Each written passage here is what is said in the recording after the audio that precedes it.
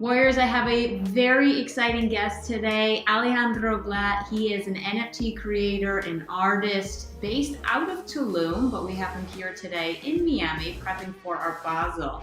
He's the creator of Crypto Papayas. We'll talk further on that, but we are going to jump first into a little intro and then what are NFTs? Are they sustainable? And how can they be used for good? Alejandro, bienvenidos. Hi, thank you for having me, Sara.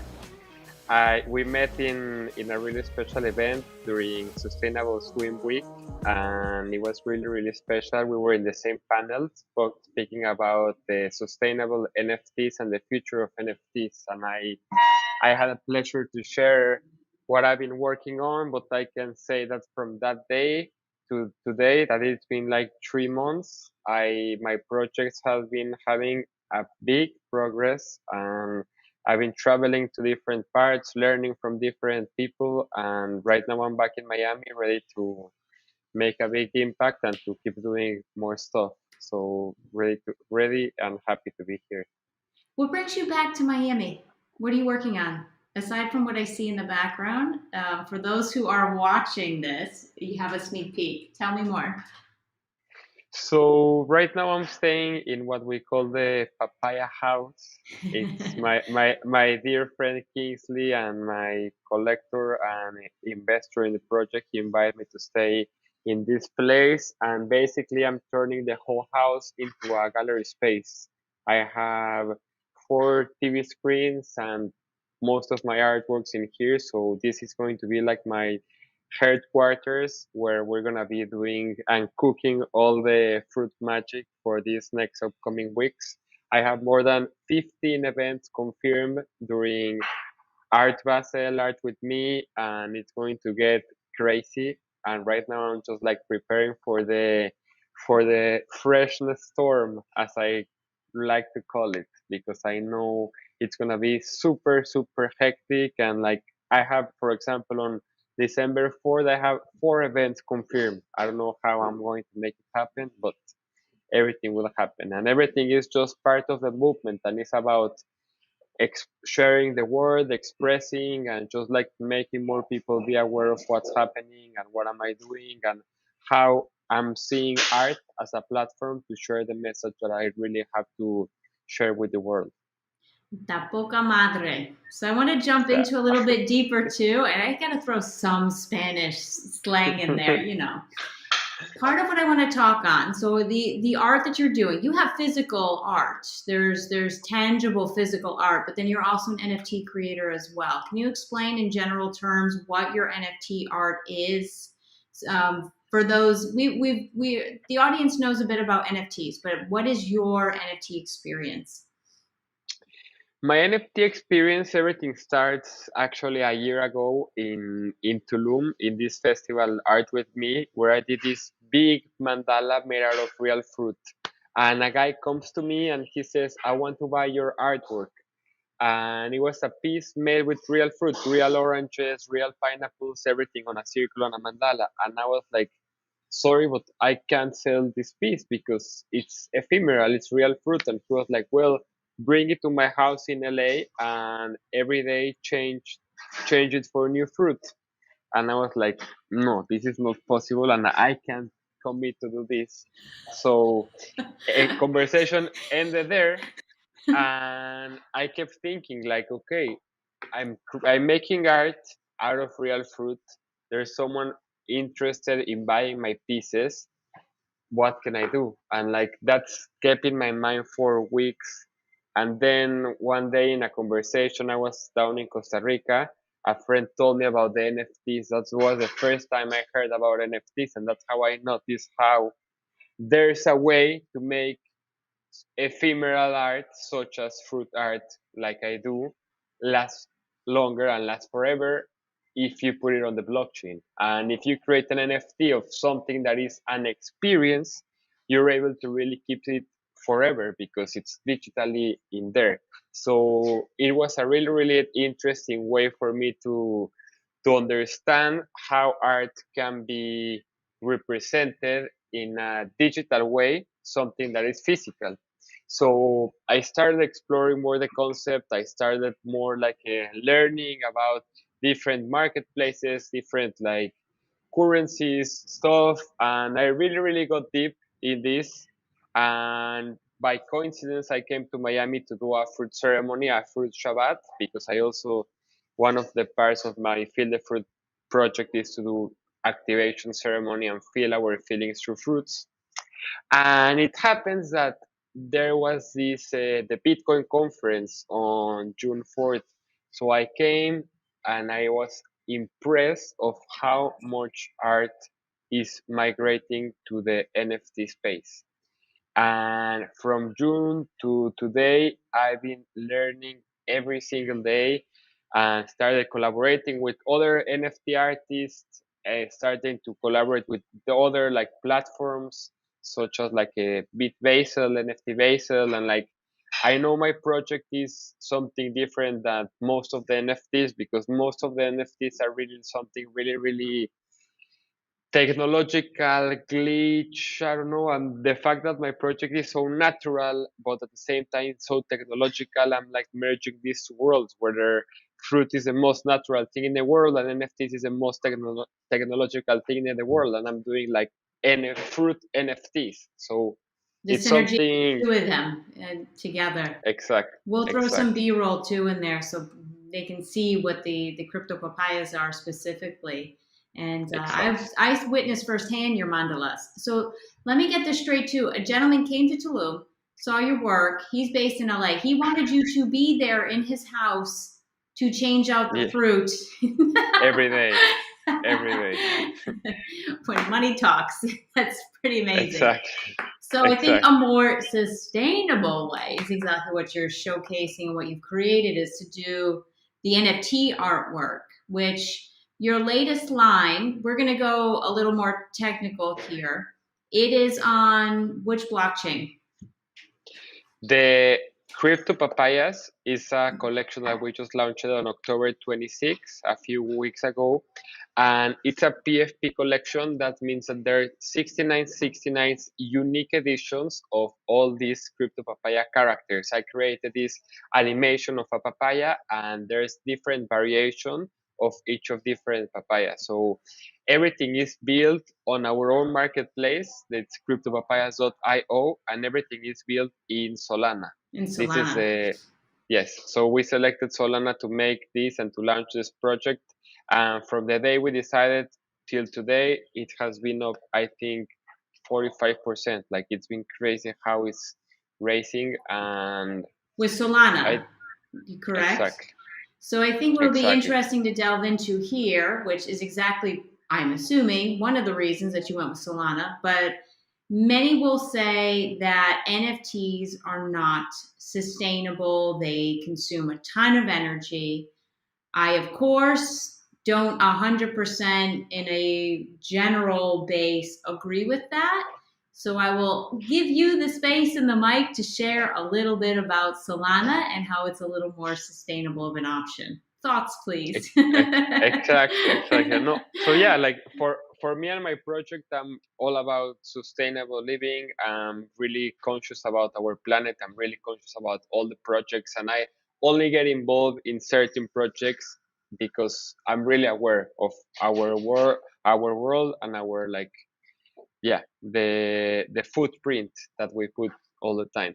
So by doing research, I also have received a lot of like critics, like comments of people saying, if you want to change the world, why are you doing NFTs? They're so bad for the environment. So I know the Ethereum is really affecting the world, yes, because all the mining and all the process. But Solana, in the other hand, is much more cleaner, and it has all this footprint that is like good for the environment. And of course, if we're launching our collection, that was one of the objectives. So after doing a really long research on which currency and how and why, we were going to go with Cardano all the way, but then we selected Solana, and I think it was a great decision because we're also being backed up or by all the Solana community. As you might know, all the all the currencies and all the NFTs, everything is about building a community. So by selecting Solana, we're really basically being part of the Solana community, because in order to own one of our NFTs, you need to have Solana in your wallet. So it's really all about making this community and really gathering the right people and the right time on the right moment. And backing up what you said too, there's when you mentioned about Ethereum, we're talking about Ethereum Classic because who knows? First of all, when ETH2 will come out, and that'll be a game changer. But I agree. There's a lot of sustainable push on Solana blockchain, which changes the conversation that it's wasting energy. Because I will also throw in the mix too. I mean, you're big into sustainability. How many other environmentally dangerous things do we do as humans on a daily basis that probably are a lot worse? I'm sure you can come up with some examples too. It's like it becomes a Yeah, comparative analysis, exactly. Like all the flights that we take, all the car rides that we do, like cooking for those who eat meat, like we're all the time just harming our planet. And if we are conscious about what we do and how to do it, like it's something really important. And I would like to also to explain a little bit of our roadmap as the crypto papaya. Like when you become a crypto papaya holder, like where is this taking you? And my project, as I mentioned, is a Feel the Fruit NGO, and how us becoming part of it, you're going to be part of the DAO, which is the whole organization that we're creating in order to be part of the NGO. We have this objective of making a regenerative fruit forest in Tulum in Mexico. And by supporting our project, you're like basically becoming part of the project as well. So it's important to have a message, to have something. People, I am not the type of person or artist who likes people to buy my art just because their thing is beautiful or pretty or cute. Like my art is everything but cute. I'm like, I have a message, I have a manifesto, I have a movement, and every people who purchases and supports my project is being part of the change, and it's being part of really supporting something higher than me as a person. It's just a movement, and it's really, as I always said, feel the fruit, connecting humanity with nature through fruit awareness, And basically. I'm glad you brought that part up too because it has the altruistic ending goal where you're creating sustainable land and it has a collective purpose. You're absolutely spot on. It's about community, it's about creating a movement. And as artists, to have a message behind, and to have that come across is so important. Otherwise, it just gets lost with the rest of the buy this because it's really cool and it's trendy right now. It's more becomes an investment in the belief of I believe, which is the core of what cryptocurrency is. What keeps Exactly, it's the same thing. People will argue that it's not like fiat, but what gives dollars their value? Our belief in that the dollar actually has value, or doesn't. At this point, exactly, that it doesn't. And too, being between Mexico and the U.S., how the value of the peso changes on a daily basis, up, down, and we're seeing it in the US now as well that it's devalued. So where are we putting our belief and our value into? And it's the exactly. regeneration and what can become. Tell me a little more. Where in Tulum are you creating? What does that look like for the future? And how do NFTs, aside from the is there an interactive experience that you're creating with the NFTs in that actual space? And maybe that's something you don't know right now, but it just kind of came to mind that I wanted to ask. Exactly. So in our roadmap, we have this goal as the six goal, like by next year, by 2022. But of course, I have already like a scan. We have this land. It's in Macario Gomez. It's in the kilometer 18 towards Tulum town to Coba. So it's like really deep in the jungle, because the deeper you get in the jungle of Tulum, the more thriving and abundance of all this nature you can get. So we have all this project.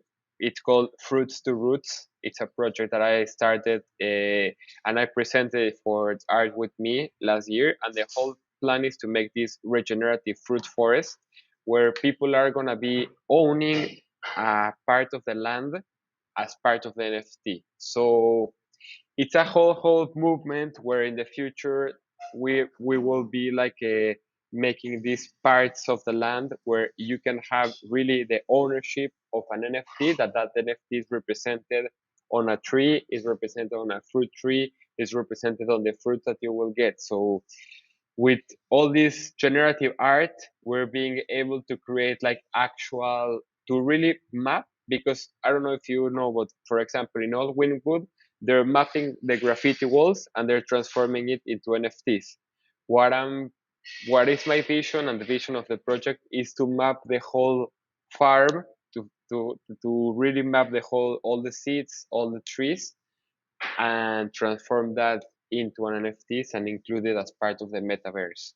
So that's something that I haven't seen anyone doing it, because everyone is really focused on the, yeah, on the walls, on the streets, on the cars, but there's a big part to explore with the connection between NFTs and nature. And that's where the worlds collide, and that's when can we really make a change.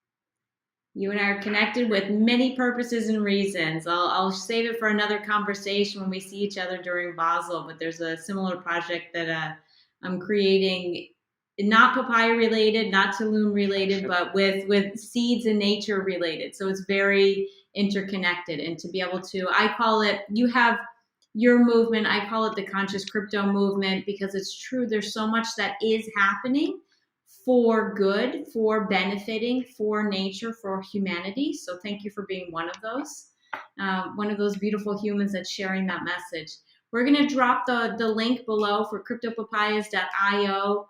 All of the time lapse and outline I know is on that landing page as well, which is beautifully described. For anyone who wants to look at the papayas and purchase and invest in this sustainable community and movement, they can do that there as well via the Solana blockchain. All the links are there on your site.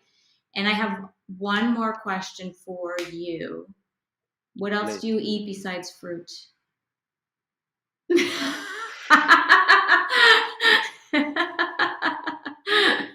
The thing is, like, I don't only eat the fruit. That's something I want to be clear out. Like, I do much more than just eat You the walk fruit. up and lick the mandala. That's why the project is called Feel the Fruit, because I'm all about really connecting our senses through fruits, and it's like really have a deep immersion and connection with fruits through our bodies. But to answer your question, that sometimes I mostly vegan, but sometimes, once in a while I I do my sins. But I call it not flexitarian, I call it flexitarian. We do what we got to do. So aside, if you were to have, let's see, I hear cooking in the background. If you're going to go have a late lunch right now and fruit is not an option, what is Alejandro eating? corn. You can find Corn. me eating Okay. corn. Gluten-free. Fair enough. And it's actually really, what do you call it in Mexico? The street corn. I forget. El esquite. Esquite, yes, exactly. Sí. You put all the, I can't do the butter, but all the seasoning that's on it. Ah, okay. On that closing hunger note, Alejandro, really a pleasure. I'll see you during Art Basel. Thank you for sharing this. And you can also, I'm going to be sharing your artwork as well, so people can look out for that one. And really beautiful work. Keep it up. You're creating impact through art, which I love to see and support. Thank you so much for inviting, and thank you so much for being part of the movement. And feel the fruit. Feel the fruit. We'll create a chant on that one. NFT that one, okay? Exactly. Thank you.